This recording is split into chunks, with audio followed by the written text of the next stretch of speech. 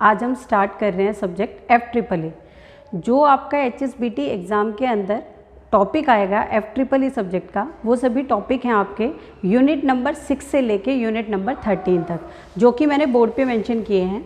HSBT exam के अंदर जो आपको पेपर मिलेगा वो 6 to 13 के अंदर से मिलेगा, जिसमें यूनिट नंबर 6 आपका रहेगा इलेक्ट्रोमैग्नेटिक इंडक्शन, यूनिट नंबर 7 रहेगा बैटरी, यूनिट नंबर 8 रहेगा AC फंडामेंटल, यूनिट नंबर 9 रहेगा AC सर्किट, यूनिट नंबर 10 रहेगा BJT bipolar junction transistor, unit number 11 रहेगा biasing circuit of BJT, unit number 12 रहेगा FET और यूनिट नंबर 13 रहेगा आपका इंट्रोडक्शन टू इलेक्ट्रिकल मशीन्स। तो ये सभी यूनिट्स आपकी आ रही है बोर्ड के फाइनल एग्जामिनेशन के अंदर, जिसके अंदर से आपको 60 मार्क्स का क्वेश्चन पेपर मिलेगा, जिसको आपको अटेम्प्ट करना है। और अटेम्प्ट आफ्टर अटेम्प्ट के बाद मतलब कम से कम जो मिनिमम मार्क्स का क्राइटेरिया है वो आपको कम से कम 15+ में मार्क्स लेके आने हैं, तभी आप इस सब्जेक्ट के अंदर क्लियर कर पाएंगे। तो आपको इसे पढ़ने के लिए सबसे पहले जो हम आज स्टार्ट करेंगे FEEE के अंदर, ताकि आप अच्छा स्कोर कर सकें, उसमें हम सबसे पहले फर्स्ट टॉपिक उठाएंगे जो कि आपका BJT है, बाइपोलर जंक्शन ट्रांजिस्टर। अब देखिए बाइपोलर जंक्शन ट्रांजिस्टर ये आपका यूनिट नंबर 10 है आपका FEEE के अंदर। आपका जो टॉपिक है वो है BJT बाइपोलर जंक्शन ट्रांजिस्टर। अब इसको बाइपोलर क्यों बोलते हैं? बाइपोलर इसलिए बोलते हैं क्योंकि इसके अंदर जो करंट का फ्लो है वो आपके दोनों चार्ज पार्टिकल्स के थ्रू होता है। जो आपके होल्स हैं और जो आपके इलेक्ट्रॉन दोनों ही इसके अंदर क्या करते हैं, मूवमेंट करते हैं। तो इसलिए इसको क्या बोलते हैं, बाइपोलैरिटी बोलते हैं। मतलब बाइपोलर बोलते हैं कि दोनों डायरेक्शन के अंदर ये वर्क करता है, फॉरवर्ड बायस के अंदर भी और रिवर्स बायस के अंदर भी। तो इसलिए उसको हम क्या बोलते हैं, बाइपोलर बोलते हैं। और इसमें दोनों तरीके के चार्ज कैरियर्स आपके मूवमेंट को दिखाते हैं, इलेक्ट्रॉन्स भी और होल्स भी। और ये दोनों डायरेक्शन में वर्क करता है, फॉरवर्ड बायस में भी और रिवर्स बायस में भी। तो इसलिए आपको बाइपोलर बोलते हैं आप इसको। और सेकेंड ये आपका वर्क करता है रिवर्स बायस के अंदर, इसलिए आप इसको बाइपोलर बोलते हैं। अब बात है ट्रांजिस्टर क्यों बोलते हैं इसको। ट्रांजिस्टर का मतलब होता है transfer the register, the resistance. तो इसके अंदर आपका होता क्या है कि दोनों चार्ज पार्टिकल्स जब आपके मूव कर रहे हैं, अब चार्ज पार्टिकल को मूव कराने के लिए आप इस डिवाइस के अक्रॉस क्या लगा रहे होंगे, एक वोल्टेज सोर्स। उस वोल्टेज सोर्स की वजह से आपके चार्ज पार्टिकल्स के अंदर मूवमेंट आ रही है, इलेक्ट्रॉन्स और होल्स के अंदर, बोथ ऑफ डायरेक्शंस में, फॉरवर्ड बायस में भी और रिवर्स बायस में भी। तो इसी वजह से जो आपका जब चार्ज कैरियर्स आपके मूव करेंगे तो वहाँ पे क्या फ्लो होगा, करंट फ्लो होगा। करंट फ्लो की वजह से आपका जो रेजिस्टेंस है वो वेरी करेगा, हाई वैल्यू से लो वैल्यू की तरफ और लो वैल्यू से हाई वैल्यू की तरफ। अगर हम फॉरवर्ड बायस की बात करेंगे तो फॉरवर्ड बायस में ये रेजिस्टेंस आपका वेरी करता है हाई वैल्यू से लो वैल्यू की तरफ। और अगर हम रिवर्स बायस की बात करते हैं तो ये रेजिस्टेंस आपका वेरी करता है लो वैल्यू से हाई वैल्यू की तरफ। तो इस तरीके से हम BJT के थ्रू जो करते हैं वो करंट कंट्रोल करते हैं। तो इसलिए BJT को आपका करंट कंट्रोल डिवाइस भी कहा जाता है, या करंट कंट्रोल कंपोनेंट भी बोला जाता है।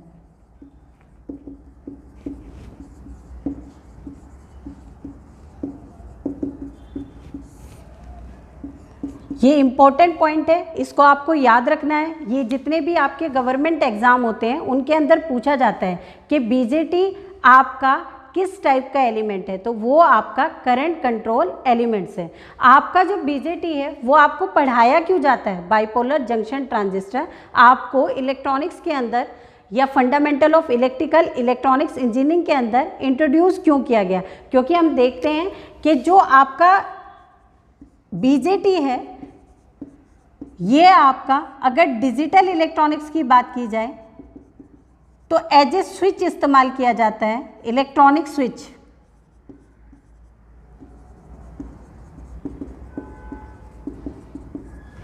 एज अ इलेक्ट्रॉनिक स्विच आप इसको यूज करते हैं।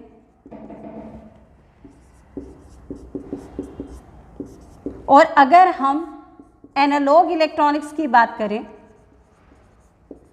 तो उसके अंदर BJT को एनालॉग इलेक्ट्रॉनिक्स के अंदर बीजेटी को हम एज आ एम्पलीफायर यूज़ करते हैं। तो ये एक इम्पॉर्टेंट डिवाइस है हमारे लिए, क्योंकि ये हमारे डिजिटल इलेक्ट्रॉनिक्स के अंदर एज ए स्विच इस्तेमाल हो रही है और हमारे जो आपकी एनालॉग इलेक्ट्रॉनिक्स है उसके अंदर एज ए एम्पलीफायर इस्तेमाल हो रही है। अब हम देखते हैं कि बीजेटी की कंस्ट्रक्शंस कैसी होती है।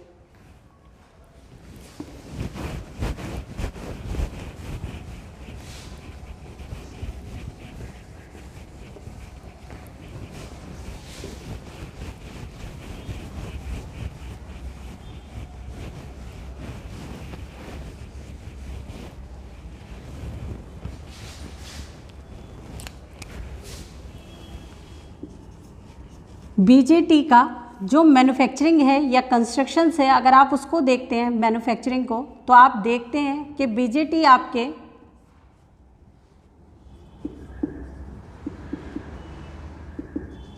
अगर हम देखते हैं तो बीजेटी हमारे 2 टाइप्स के होते हैं। एक हमारा बीजेटी होता है NPN और दूसरा होता है PNP। इसको हम डायरेक्टली NPN ट्रांजिस्टर भी बोलते हैं और इसको हम NPN बाइपोलर जंक्शन ट्रांजिस्टर भी बोल सकते हैं और इसको NPN ट्रांजिस्टर बोलते हैं। अब हम देखते हैं कि इसके अंदर 3 लेयर्स हैं। एक लेयर आपका कौन सा है? N, P और N। और कितने टर्मिनल है इसके अंदर? 3 टर्मिनल्स हैं, 1 2 3। और लेयर्स कितना है? 1 2 और 3। और इसके अंदर जंक्शन कितना है आपका? आपको पता है जंक्शन आपका कब फैब्रिकेट होता है? जब एक P और N लेयर आपस में मिलती है तो वहाँ पे आपका एक जंक्शन बनता है। तो आपके इसके अंदर कितने P और N हैं? एक P और N लेयर और दूसरा ये दूसरा P और N लेयर। तो ये आपका जंक्शन J1 है और ये आपका जंक्शन J2 है। तो इसके अंदर अब आप देखते हैं कि जो आपका BJT है बाइपोलर जंक्शन ट्रांजिस्टर, वो आपका क्या है? 3 लेयर डिवाइस है। ऑब्लिक कंपोनेंट भी बोल सकते हैं आप इसको। और 3 टर्मिनल कंपोनेंट है या डिवाइस है। इसी तरीके से 2 जंक्शन डिवाइस है। तो ये सब चीज़ें होती हैं आपकी बीजेटी के अंदर। यहीं पे हमने देखा सेम इसके अंदर भी यही है। अब यहाँ पे हमने इसकी मैन्युफैक्चरिंग को देखा तो हमें समझ में आया कि बीजेटी के अंदर आपका 3 लेयर दिखा रहा है इस तरीके से।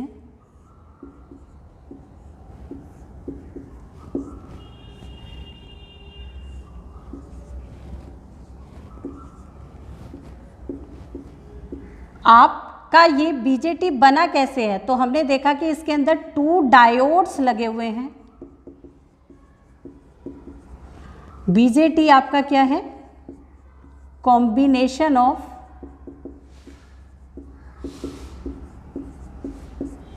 2 diodes in back to back manner. Means आपने क्या किया है कि एक PN जंक्शन डायोड लिया और इधर एक और PN जंक्शन डायोड लिया, लेकिन वो बैक करके लिया। तो यहाँ पे इसका क्या आ जाएगा? N और यहाँ पे टर्मिनल कौन सा आ जाएगा? P। और इसको आपस में कनेक्ट कर दिया। तो कनेक्ट करने के बाद आप देखते हैं इसको यहाँ पे ना दिखा के आप इस कंस्ट्रक्शंस को इसके नीचे दिखाएंगे इस तरीके से, N और P। और ये टर्मिनल आपका यहाँ से ना होके यहाँ से, और ये टर्मिनल आपका यहाँ से। तो इस तरीके से आपको बैक टू बैक मैनर में 2 डायोड को अटैच करके आप क्या बना रहे हैं? बीजेटी बना रहे हैं। तो इस तरीके से आपके पास में एक ट्रांजिस्टर डेवलप होके आता है जिसके अंदर 3 लेयर हैं, PNP, सेम एज, इसको आप इस साइड भी दिखा सकते हैं और इस साइड भी दिखा, सेम एज अगर हम देखें तो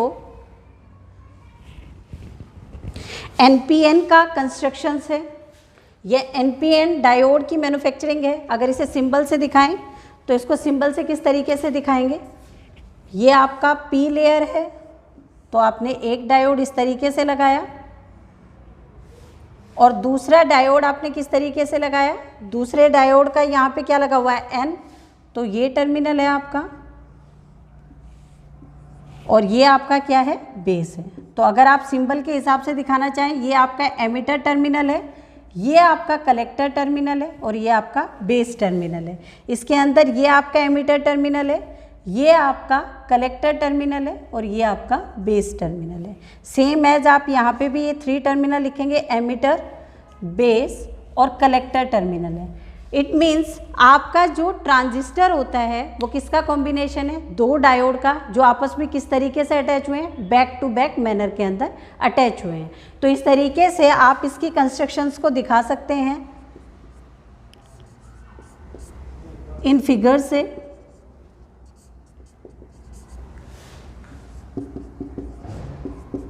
इस तरीके से आपका पीएनपी ट्रांजिस्टर डिज़ाइन होके आता है। सेम इसी तरीके से आपका एनपीएन ट्रांजिस्टर डिज़ाइन होके आएगा। यहाँ तक आपको समझ आया होगा।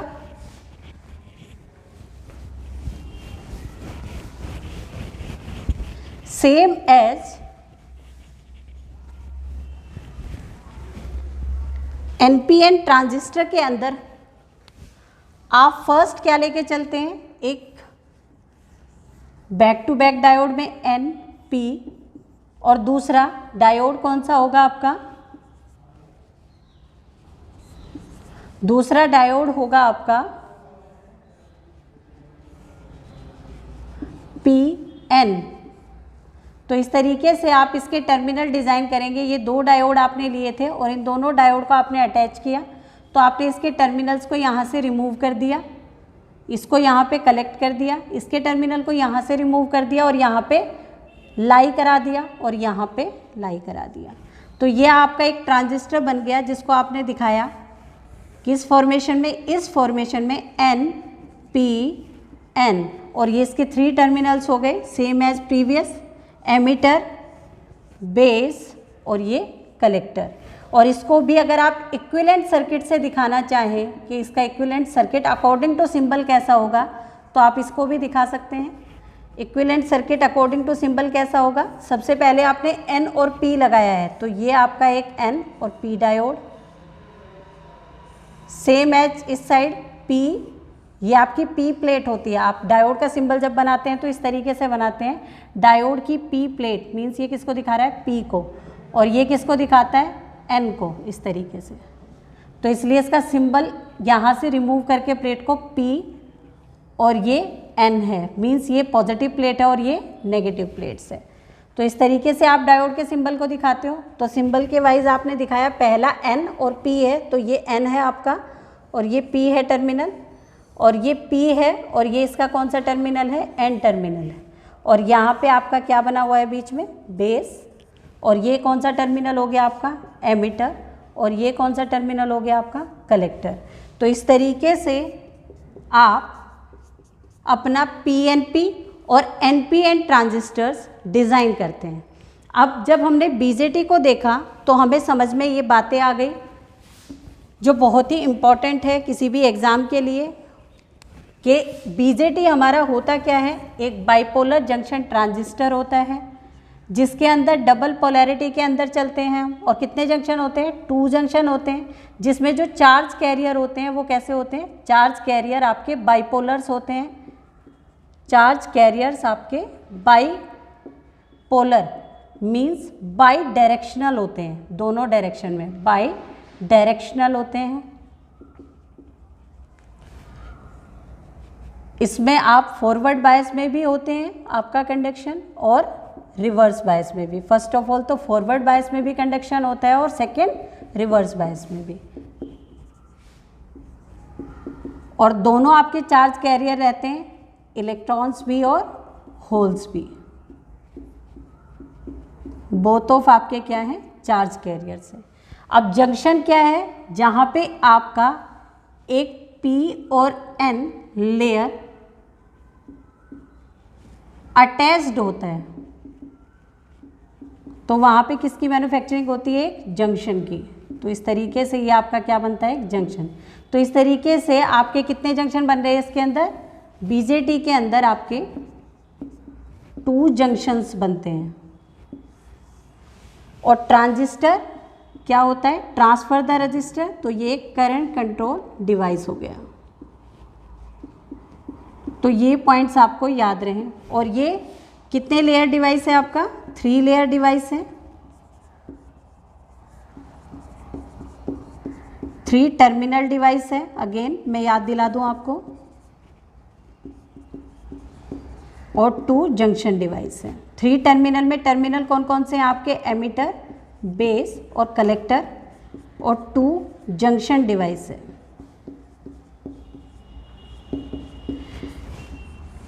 अब हम लोगों को ये बात समझ में आई कि अगर हम एक पीएनपी और एनपीएन ट्रांजिस्टर को पढ़ते हैं तो उससे पहले हमें पीएन जंक्शन का नॉलेज होना ज़रूरी है, जो कि हमें सेमीकंडक्टर फिजिक्स के थ्रू पता चलता है कि पी और एन जंक्शन होते क्या हैं, चार्ज पार्टिकल्स क्या होते हैं, इलेक्ट्रॉन और होल्स आते कैसे हैं। तो इस यूनिट को क्लियर करने के लिए सबसे पहले हमें सेमीकंडक्टर फिजिक्स को पढ़ना ज़रूरी है, जो कि हमें किससे पता चलेगा, ये जो सेमीकंडक्टर फिजिक्स है वो करंट में तुम्हारा FEEE का चैप्टर नहीं है, वो आपका चैप्टर रहेगा फिजिक्स का। तो आपके लिए ये यूनिट सेमीकंडक्टर फिजिक्स आपको यूटिलाइज हो जाएगी जो आपका फिजिक्स का सिलेबस है उसके अंदर, जो बोर्ड का आपका एग्ज़ाम होगा। तो अभी जो हम स्टार्ट करेंगे वो स्टार्ट करेंगे सेमीकंडक्टर फिजिक्स।